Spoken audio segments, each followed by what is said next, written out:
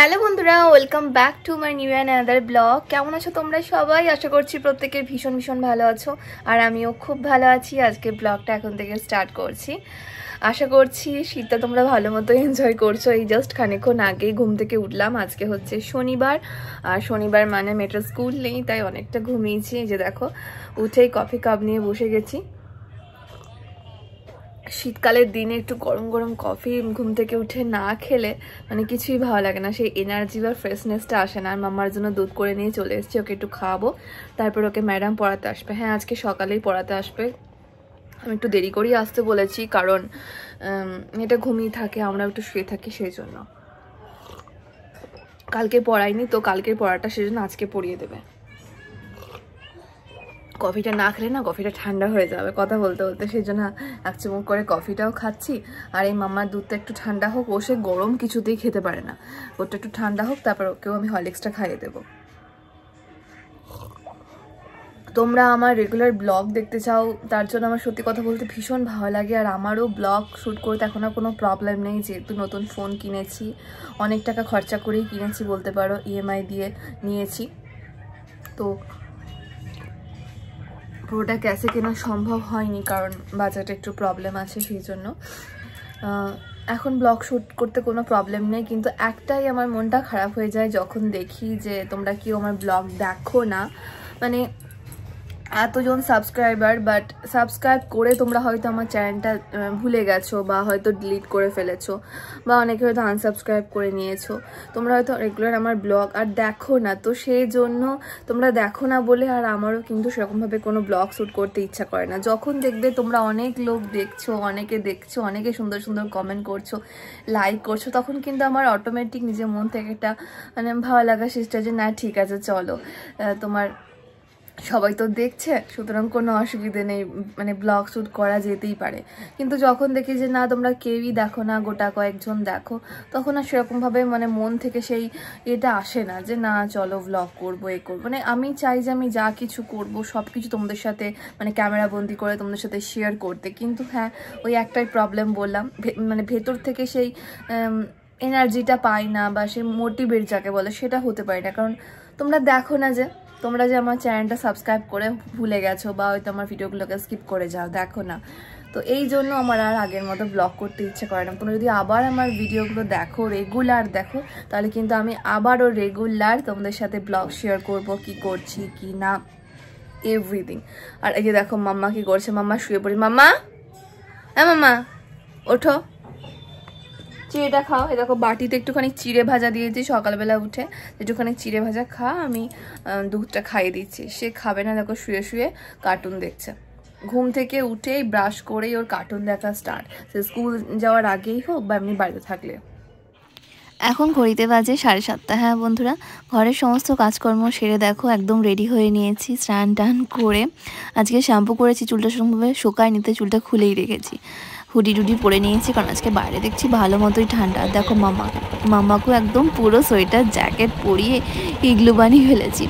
চলো, মাম্মা আজকে বায়না করেছিল যে আজকে যেহেতু ওর ম্যাডাম নেই, তাই বললো যে মা চলো আজকে একটুখানি ঘুরে আসি আর একটু মোমো খাবো। তো মেয়েটা বায়না করেছে শীতকালের দিনে একটুখানি মোমো খাবে, তাই ওকে নিয়ে একটা দোকানে এসেছি মোমো খেতে। এই দোকানে না খুব সুন্দর মোমো বানায়, স্পেশালি মোমো বলো, ধোসা বলো। আমি সেরকমভাবে মোমোটা অত খাই না, আমার ধোসাটাই বেশি ভালো লাগে। তো আমি দেখো আমার জন্য একটা ধোসা অর্ডার দিয়ে দিয়েছি। আর এই যে মাম্মা দেখো এখানে বসে বসে মোমো খাচ্ছে, তোমাদের দাদা খাইয়ে দিচ্ছে ওকে মোমো, গাড়িতে বসে খাচ্ছে। এখানে সেরকমভাবে বসার জায়গা নেই, তো দাঁড়িয়ে দাঁড়িয়ে খেতে হয়, তাই ওকে গাড়িতে বসিয়ে রেখে দেখো তোমাদের দাদা ওকে মোমো খাইয়ে দিচ্ছে, আর আমি এক হাতে ধরে আছি ধোসাটা।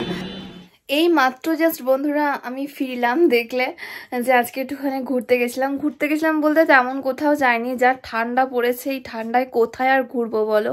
মাম্মা বায়না করছিল, আর আজকে যেহেতু ম্যাডামও আসেনি কো, ম্যাডাম সকালে আজকে পড়িয়ে গেছে, ম্যাডামে আজকে সন্ধেবেলায় পড়ানো নেই বলে ও বায়না করছে যে মা আজকে একটু মোমো খাবো, তাই মাম্মা কি মোমো খাওয়াতে নিয়ে গেছিলাম। দেখলে সেরকমভাবে কোথাও ঘুরিও নি, কিছুই না, শুধু জাস্ট মোমোটা খেয়েই আমরা চলে এসেছি। আর হ্যাঁ, তার সঙ্গে রাস্তাতে আস্তে আস্তে দেখলাম যে একটা জায়গায় ব্ল্যাঙ্কেট বিক্রি হচ্ছে। তো ব্ল্যাঙ্কেট তো আমাদের ধরো লাগবে, ট্রেনে যাবো একটা জায়গায় ঘুরতে, মানে কোথায় যাচ্ছি সেটা এখন বলছি না, অবশ্যই তোমরা জানতে পারবে আমার ব্লগের মাধ্যমে। তো সেই কারণে ট্রেনে ঢাকা নিতে যেতে এখন প্রচণ্ড ঠান্ডা, বুঝতেই পারছো। এই ঠান্ডায় মেয়েটাকেও ঢাকা দিতে হবে, তাই আমাদের একটা ব্ল্যাঙ্কেটের প্রয়োজন ছিল। তাই এই যে একটা ব্ল্যাঙ্কেট নিয়ে এসেছি, একটা নয় দুটো, একটা তোমাদের দাদার আর একটা আমার জন্য। এই যে তোমাদের দেখাই, চলো। দুটো ব্ল্যাঙ্কেট নিয়েছি। ব্ল্যাঙ্কেটটা ভালো হয়েছে, মানে ব্ল্যাঙ্কেটটা আমাদের প্রয়োজন ছিল।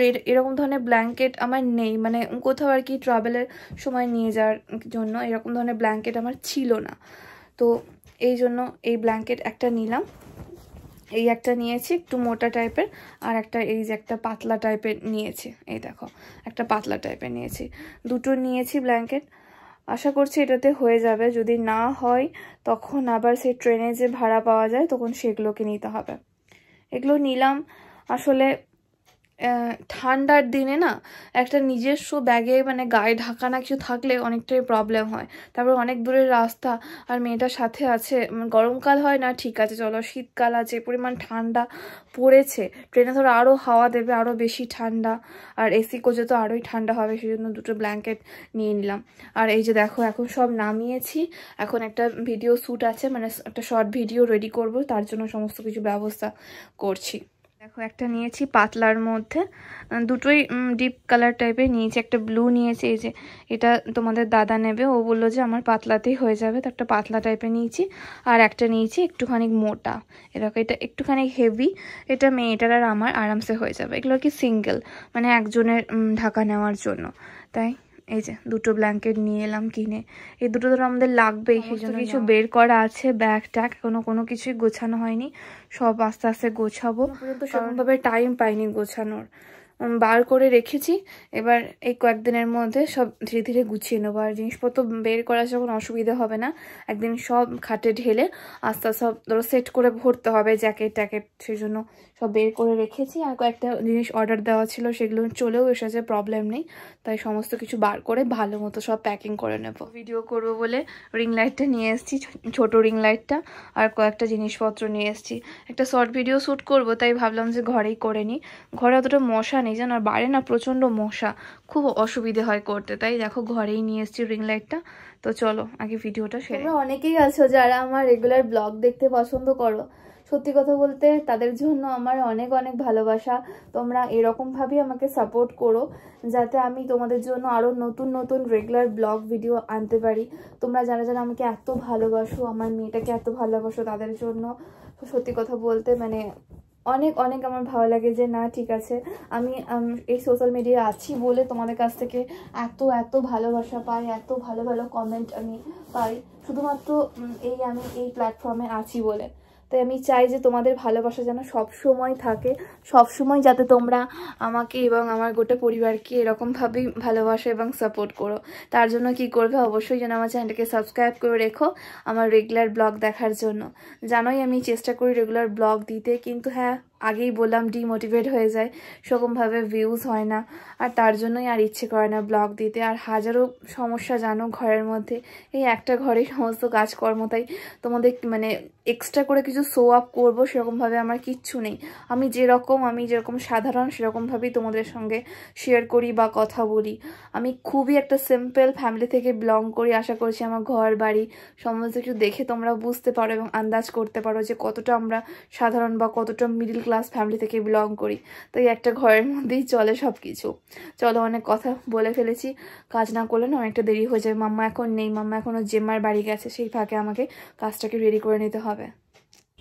ঘরে সংসারে যতই কাজ করি না কেন নিজের কাজটাকে কিন্তু বজায় রাখতেই হয়। এখন মাম্মা নেই, মাম্মা ও জেম্মার বাড়ি গেছে, তাই ভাবলাম যে চলো সেই ফাঁকে একটা শর্ট ভিডিও রেডি করে নিই। কারণ ও থাকলে না সেরকমভাবে করতে দেয় না, বদমাইশি করে। তাও এখন অনেকটা বুঝেছে যে জানে মা একটা কাজ করে, ওকে একটা ফোন দিলেই চুপচাপ বসে বসে কার্টুন দেখবে, সেই ফাঁকে আমি ভিডিওগুলো করতে পারি। এখন নেই, ফাঁকা আছে, অসুবিধে নেই। তো সেই ফাঁকে ভাবলাম যে মোটামুটি তো রেডি হয়েই আছি, চলো একটা তাহলে শর্ট ভিডিও শ্যুট করে নেওয়া যাক। যখনই টাইম পাই আসলে এই টুকটাক করে ভিডিও করে নিই, কারণ জানোই যে সংসারে কত কাজ থাকে, একা হাতে সব কাজ আমাকে সামলাতে হয়। তারপর নিজের ভিডিওগুলোকেও রেডি করতে হয় একাই। শুধু ভিডিও রেডি করা নয়, জানোই যে একটা ভিডিও রেডি করতে গেলে কতটা এফোর্ট লাগে।